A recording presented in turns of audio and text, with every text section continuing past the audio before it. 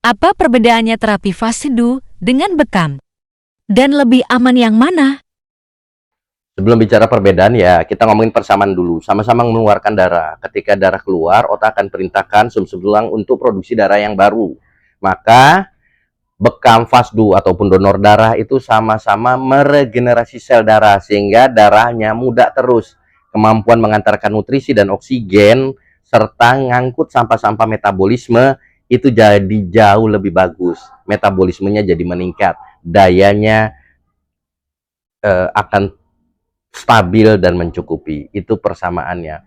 Bagaimana dengan perbedaannya? Yang pertama sekali, lokasi perlukaannya. Kalau fasdu itu ngambil perlukaannya di pembuluh darah vena.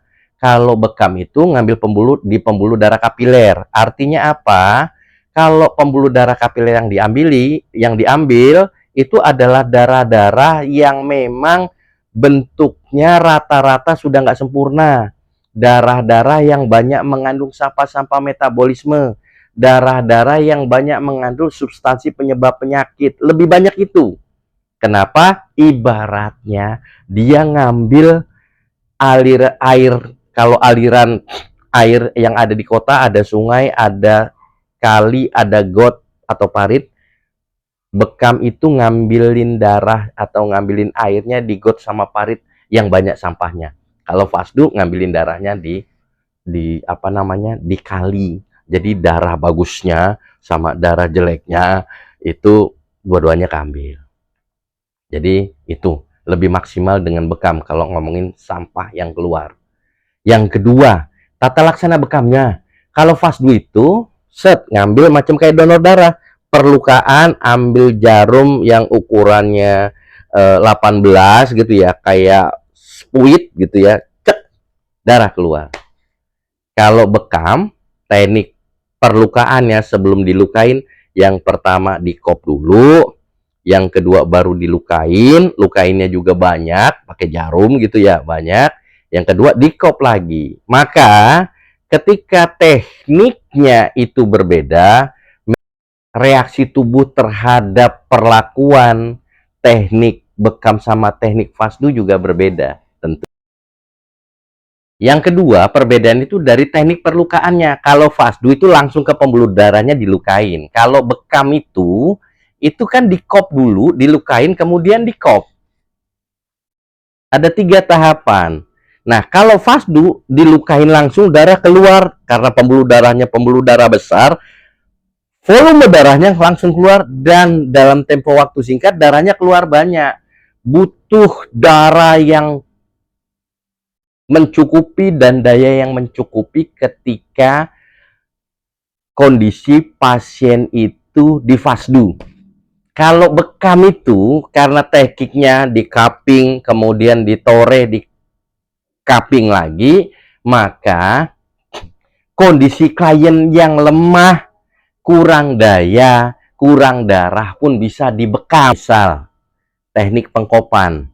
Ketika Anda ngebekam itu, kalau ada orang yang lemah kondisinya, kurang dayanya, seperti orang yang lagi demam, orang yang lagi lemah kondisinya, begitu ya, atau yang anemia gitu ya. Anda melakukan kop dengan kop yang ringan, bukan kop dengan tekanan kuat atau tekanan sedang. Itu fungsinya melancarkan peredaran darah dan melancarkan cairan limfe, tapi tidak menguras daya seseorang. Jadi bisa untuk orang yang lemah kondisinya. Itu di kop saja. Yang kedua, ketika dilakukan perlukaan. Kalau tadi yang namanya fasdu itu perlukaannya satu perlukaan, kalau bekam kan perlukaannya banyak. Ketika banyak perlukaannya, otomatis mikroorganisme yang masuk melewati kulit yang dilukain itu juga akan banyak. Itu akan mengaktifasi sel darah putih, sistem imun alami tubuh akan bekerja, humoral tadi akan bekerja, dan setelah bekerja nanti dia akan mengenali KTP kuman, KTP penyakit, sehingga nanti sistem imun spesifiknya, antibodinya juga akan bekerja. Bekam itu meningkatkan imunitas tubuh, beda sama fasdu. Fasdu nggak teraktivasi tuh sistem imunnya. Berikutnya, perbedaan berikutnya, bekam itu menstimulasi obat alami yang bisa diproduksi tubuh. Namanya apa? Namanya nitrit oxide. Sebuah zat yang punya kemampuan melebarkan pembuluh darah, meningkatkan laju peredaran darah, dan merelaksasi otot-otot polos.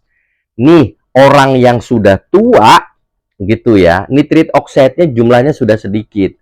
Ketika Anda lukain pembuluh darah dengan banyak perlukaan, jarum bekamnya ditusuk banyak, itu meningkatkan nitrit oxide-nya diproduksi. NO ini Anda bisa lihat literasi Google gitu ya, karena yang menemukan NO ini mendapatkan hadiah Nobel. Kalau Fasdu, NO-nya nggak diproduksi gitu. Berikutnya, yang namanya bekam itu akan menstimulasi hormon endorfin, hormon pereda nyeri, hormon kebahagiaan itu keluar. Ada melatonin, ada oksitoksin, ada serotonin, ada dopamin, itu akan diproduksi pasca dibekam. Makanya habis dibekam bawaannya ngantuk, makanya habis dibekam itu kok kayaknya lapar gitu ya. Itu karena hormon itu diproduksi. Ketika hormon ini diproduksi, mode tubuh yang bersangkutan modenya relax respon. Apa itu mode tubuh relax respon? Teraktivasinya sistem cerna itu mulai dari mengolah makanan, menyerap makanan sampai mendistribusikan makan, itu kerjanya maksimal. Yang kedua, mode tubuh itu tumbuh dan berkembang. Regenerasi sel itu terjadi ketika mode tubuhnya adalah relax respon. Nah, dua hal tadi, sistem cerna meningkat, mode tubuh tumbuh dan berkembang, itu pondasi dasar sistem imun bekerja. Itu bedanya. Kalau Fasdu nggak begitu. Dari kesemuanya maka mau kita sampaikan bahwa ketika Anda Fasdu, ketika Anda bekam, manfaatnya lebih banyak bekam daripada Fasdu. Yang kedua, keamanannya lebih terjaga bekam daripada Fasdu bagi klien dari yang bersangkutan. Itu aja. Wallahu a'lam bishawab.